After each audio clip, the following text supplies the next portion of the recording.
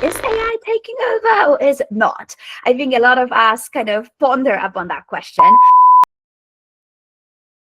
We want to give you a really intense experience that is full of value and takeaways. This is just a great opportunity to connect and discuss, rub minds and ask questions and, confront the elephant in the room, as big as it is. But hey, if we're many, I'm sure we can tackle it. Today we're going to talk about Trailblazers Edge. So what really makes the leaders absolutely future ready? Okay, what would be the 4 key takeaways for you guys today? To look at leading from operations versus purpose. What are some of the unconscious habits and stress responses, and how do they impact our leadership efficiency and effectiveness? Also going to look at emotional agility. Lastly, we're going to invite you all to pick one element that you can actually implement. Let's align on how today's world really looks like in terms of the trends that we are seeing. This is an incredibly important element to understand. We've got 5 generations at work, first time ever, right? Probably have heard that somewhere. What does that really mean, right? 5 generations from baby boomers all the way to Gen Zs, which are right now about a quarter of the global workforce. This shift is really accelerating. How I want you to think about this trend is basically, okay, so if Gen Alpha within the next 10 years is going to be almost a quarter of the workforce, then how much do I know about them? They join the workplaces which are intuitive technologically. Let's think about how different that is from the boomers' perspective, right? Don't forget as well that the brackets between the generations, so what we define as boomers versus what we define as generation alpha, this is also shrinking, right? So within the next couple of years, every next generation is going to have a narrow bracket in terms of how many years apart they are. And that means that 5 generations at work is probably our new minimum.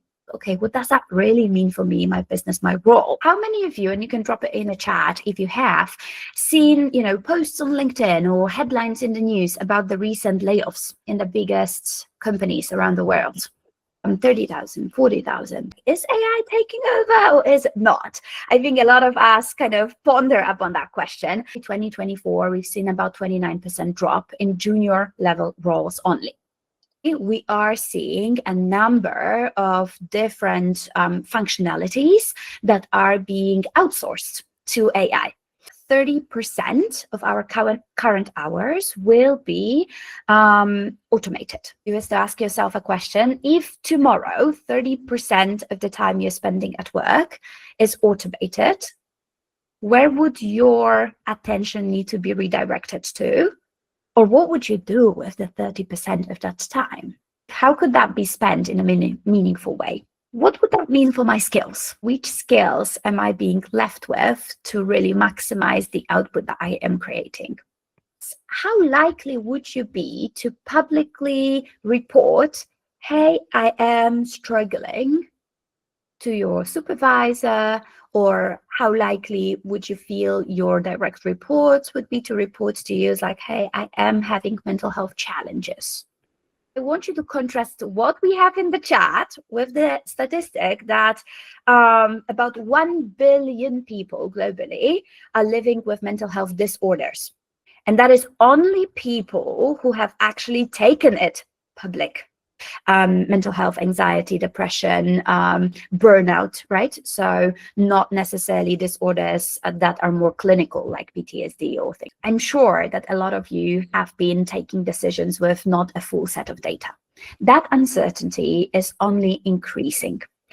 It is not something that is one off and done, that at some point we arrive at the place where, we've solved all of the uncertainty and now we can move on with the certain mindsets again. It is not about gathering more data. It is about asking the right questions. Everything is up in the air. What does really ground us? What is supposed to really be the anchor for the, data-driven, effective, right decisions? And this is the point for a reality check.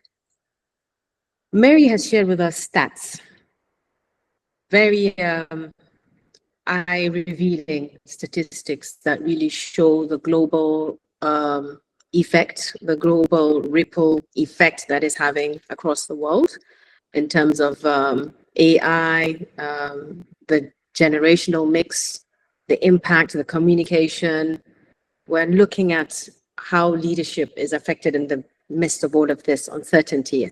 Which leadership challenge have you experienced this year that has been like the biggest for you? Is it making decisions with incomplete information? Is it motivating a cross-generational team? Is it managing distributed or hybrid teams? Or is it preventing burnout for yourself as well as for your teams?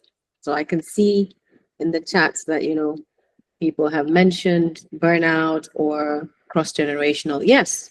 And that is a sign that, it's part of what leadership will continue to face. Yeah, burnout, which leads to what Mary has just mentioned on mental health. Mental health is now discussed very openly. People are more vocal about it. It's not just left to some kind of clinical or medical space, because it is a big problem. If we have 1 billion from what the statistics are saying, and that's from World Health Organization, it says a lot, So it's not to be taken for granted. And once we are aware of these challenges, of these circumstances that we find ourselves as leaders, it's easier. That literally solves half the problem, the awareness. And that is what we're trying to bring to the fore here. Purpose or operations.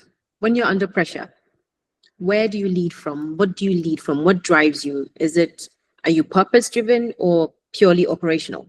When you're under pressure, facing chaos, dishing down the instructions, making sure people are just compliant and, following through with the functions, the jobs, the activities. Oh, fantastic. Purpose. That's so nice to know. Yay. We are beginning to see that people are being more intentional about their leadership styles, their leadership communication, and care about people in the sense that they're being more human. Well, that's one thing that brings us together, being human.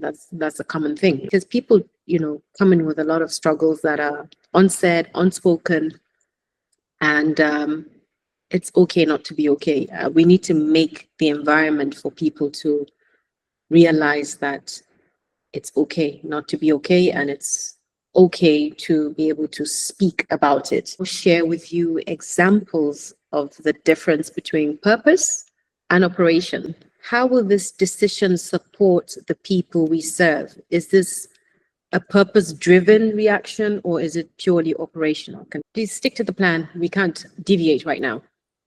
Does that sound familiar? We don't have the bandwidth to rethink this. Just deliver. Is that operations or is that purpose? Yeah, Amira, spot on. Yes, Mohammed, yeah. We need to be able to differentiate between what is purely purpose-driven, that inner compass within us. We need to be grounded. We need to have clarity. We need to have focus. That's what drives purpose, okay? When we have instructions or operations or policies or procedures, humans made that.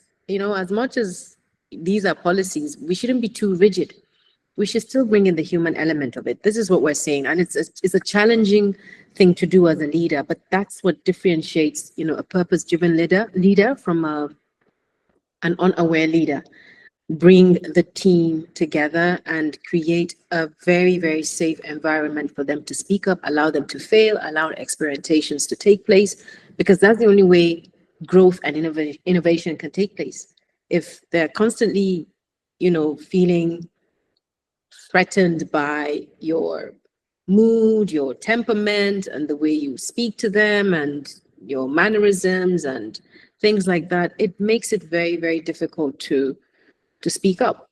Distinction of a purpose-driven leader lies in their ability to take that bold step and bring to the highest level, depending on the organization. Is it management that is the highest level? Is it the board that is the highest level?